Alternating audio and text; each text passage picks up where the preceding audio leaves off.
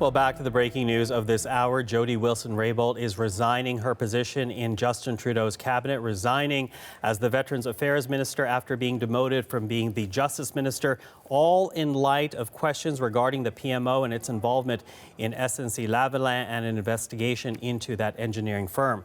With that, let's go to Ottawa once again. Janice McGregor going over the latest on this. And we need to point out to people at home, Janice, we are getting the information live as you and I are talking on air, so people will be patient with us.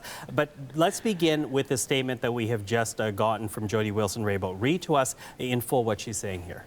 Yeah, so gather around because it's about 8 paragraphs here, but it begins with a heavy heart. I'm writing to tender my resignation as the Minister of Veterans Affairs and Associate Minister of National Defence. I want to thank all Canadians, and in particular the residents of Vancouver-Grenville, who put their trust in me and supported me as the Minister of Justice and Attorney General of Canada and as the Minister of Veterans Affairs. She goes on to say, when I sought federal elected office, it was with the goal of implementing a positive and progressive vision of change on behalf of all Canadians and a different way of doing politics.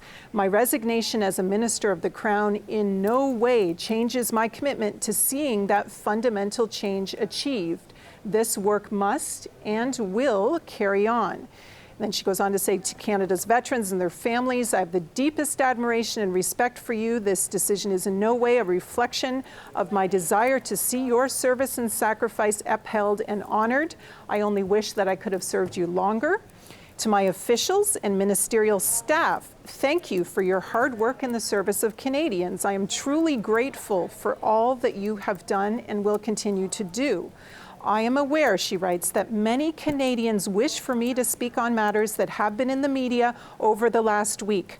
I am in the process of obtaining advice on the topics that I am legally permitted to discuss in this matter, and as such have retained the Honourable Thomas Albert Cromwell as counsel. And we pointed out, Michael, that he is a former Supreme Court Justice. Again, my thanks to all Canadians, she continues, regardless of background, geography, or party affiliation, we must stand together for the values that Canada is built on and which are the foundation for our future. I look forward, she concludes, to continuing to serve as the Member of Parliament for Vancouver-Grenville. So she is not resigning her seat. She will continue to serve in the House of Commons. She will just not be in Justin Trudeau's cabinet. Well, you know, we only have a couple of minutes left here, Janice, but it's important that people hear what Jody Wilson-Raybould is saying in this matter, because, again, this is in the aftermath of the SNC-Lavalin questions regarding the PMO's role in that and the possible prosecution of that company. But this does add to what has now been a history of eyebrow-raising statements and comments from the former Justice Minister.